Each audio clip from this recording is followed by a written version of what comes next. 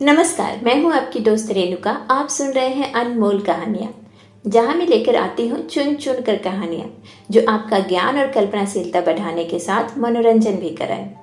आज की कहानी है विषम समस्या। मेरे दफ्तर में 4 चपरासी थे। उनमें से एक का नाम गरीब था। यह बहुत ही सीधा, बड़ा आज्ञाकारी, अपने काम में चौकस रहने वाला, घुरकिया खाकर चुप रह जाने वाला, यथा नाम तथा गुण गरीब मनुष्य था। मुझे इस दफ्तर में आए साल भर हो गया था, लेकिन मैंने उसे एक दिन के लिए भी गैर हाजिर नहीं पाया था। मैं उसे 9 बजे दफ्तर में अपनी दरी पर बैठे हुए देखने का आदी हो गया था, मानो वह भी इस इमारत का कोई अंग है। वह इतना सरल था कि किसी की बात काटना जानता ही न था। एक चपरासी मुसलमान था। उससे सारा दफ्तर डरता था, पता नहीं क्यों। मुझे तो इसका कारण सिवाय उसकी बड़ी बड़ी बातों के और कुछ मालूम नहीं होता। उसके कथानुसार उसके चचेरे भाई रामपुर रियासत के कोतवाल थे। उसे सर्व संपत्ति से काजी साहेब की उपाधि दे रखी थी। शेष तो महाशय जाति के ब्राह्मण थे। उनके आशीर्वाद का मूल्य उनके काम से कहीं अधिक था। ये तीनों कमजोर, गुस्ताख और आलसी थे। कोई छोटा से भी काम करने को कहिए तो बिना नाक भौं सिकोड़े न करते थे। क्लर्कों को तो कुछ समझते ही न थे, केवल बड़े बाबू से कुछ डरते, यद्यपि कभी कभी उनसे भी बेअदबी कर बैठते थे। मगर इन सब दुर्गुणों के होते हुए भी दफ्तर में किसी की मिट्टी इतनी खराब नहीं थी जितनी बेचारे गरीब की। तरक्की का अवसर आता तो ये तीनों नंबर मार ले जाते। गरीब को कोई पूछता भी न था और सबको 10-10 रुपए पाते थे, मगर बेचारा गरीब 7 रुपए पर ही पड़ा हुआ था। सुबह से शाम तक उसके पैर एक क्षण के लिए भी नहीं टिकते थे। यहाँ तक कि तीनों चपरासी भी उस पर क्रोध जताते और ऊपर की आमदनी में उसे कोई भाग भी न देते थे। तिस पर भी दफ्तर के सारे कर्मचारी से लेकर बड़े बाबू तक उससे चिढ़ते थे। उसको कितनी ही बार जुर्माना हो चुका था और डांट फटकार तो रोज का व्यवहार था। इसका रहस्य मेरी समझ में कुछ नहीं आता था। मुझे उस पर दया आती थी और अपने बर्ताव से मैं यह दिखाना चाहता था कि उसका आदर मेरी नजरों में अन्य तीनों चपरासियों से कम नहीं है। यहाँ तक कि कई बार मैं उसके पीछे कर्मचारियों से लड़ भी चुका था। एक दिन बड़े बाबू ने उस गरीब से अपनी मेज साफ करने को कहा। वह तुरंत मेज साफ करने लगा। संयोग से मेज साफ करते समय उसे स्याही की दवात उलट गई और सारे मेज पर फैल गई। यह देखकर बड़े बाबू को बड़ा क्रोध आया और उन्होंने उसके दोनों कान पकड़कर बड़ी जोर से हटे और उसे बुरी तरह डांटने फटकारने लगे।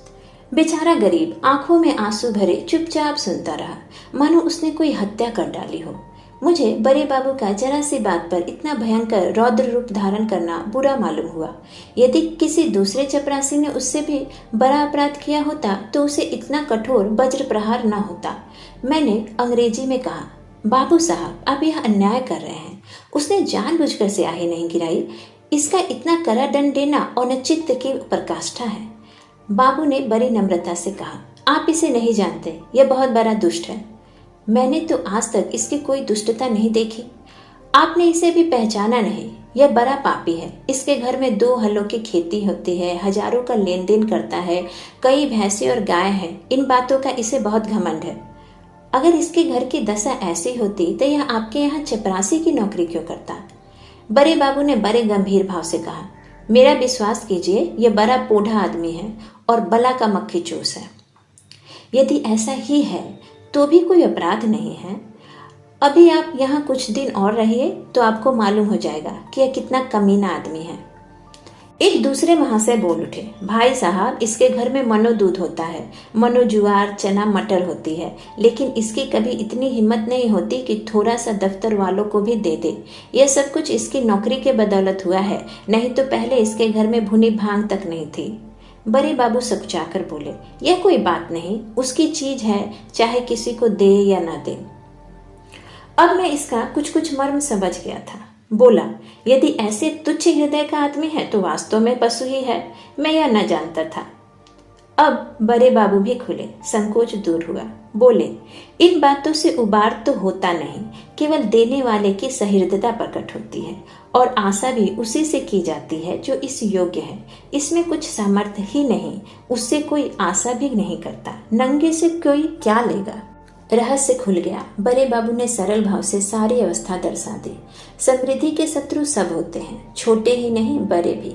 हमारी ससुराल या ननिहाल दरिद्र हो तो हम उससे कोई आशा नहीं रखते, कदाचित हम उसे भूल जाते हैं। लेकिन सामर्थ्यवान होकर हमें न पूछे, हमारे यहाँ तीज और चौथ न भेजे तो हमारे कलेजे पर सांप लौटने लगता है।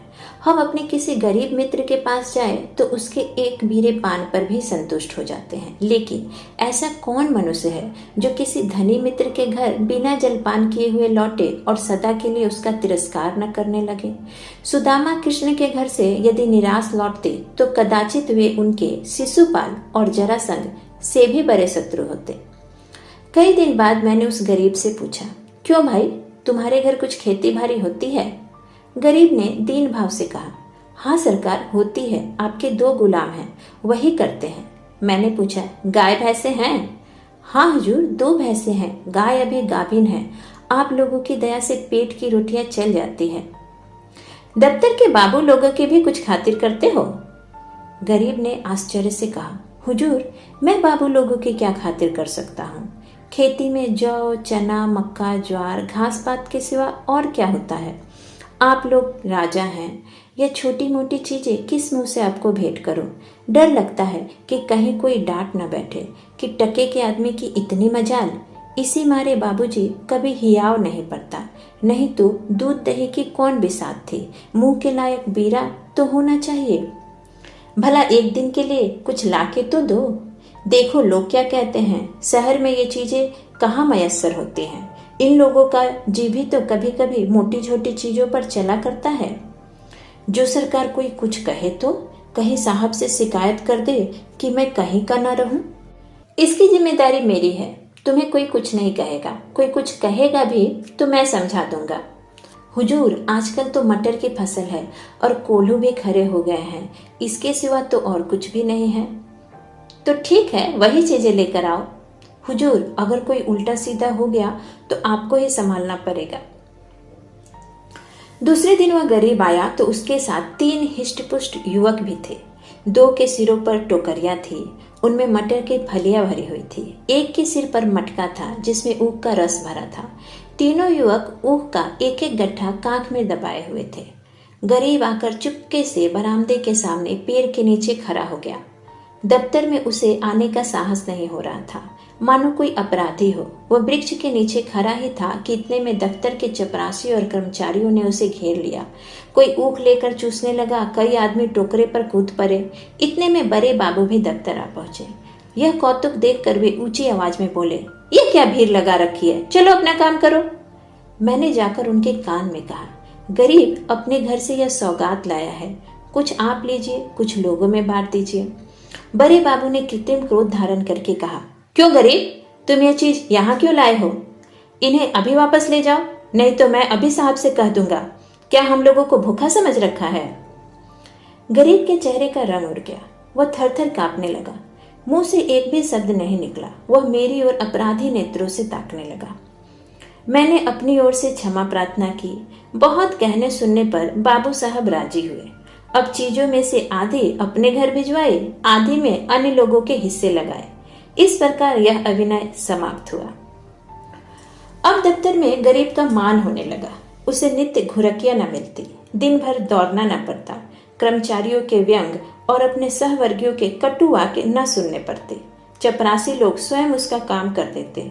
उसके नाम में थोड़ा परिवर्तन हुआ। वह गरीब से गरीब दास बन गया। स्वभाव में भी कुछ तब्दीली पैदा हुई।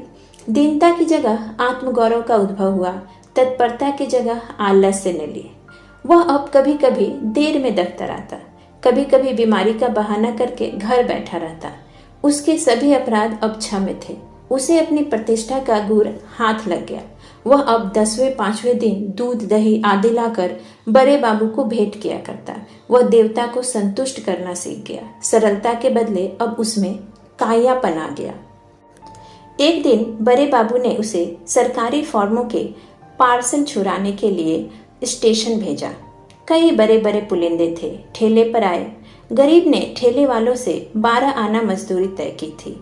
जब फॉर्म दफ्तर में पहुंच गए तो उसने बाबू से 12 आने ठेले वालों को देने के लिए वसूल किए, लेकिन दफ्तर से कुछ दूर जाकर उसकी नीयत बदली, अपनी दस्तूरी मांगने लगा।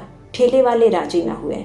इस पर गरीब ने बिगड़ कर सारे पैसे जेब में रख लिए और धमकाकर बोला, अब एक फूटी कौड़ी भी नहीं दूंगा, जाओ जहां चाहे फरियाद करो, देखे मेरा क्या बिगाड़ लेते हो।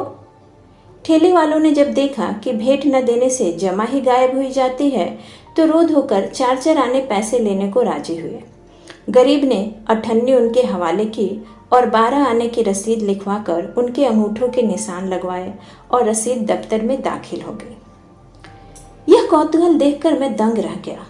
यह वही गरीब है जो कई महीने पहले सत्यता और दीनता की मूर्ति था, जिसे कभी अन्य चपरासियों से भी अपने हिस्से की रकम मांगने का साहस न होता था, दूसरों को भी खिलाना न जानता था, खाने का जिक्र ही क्या।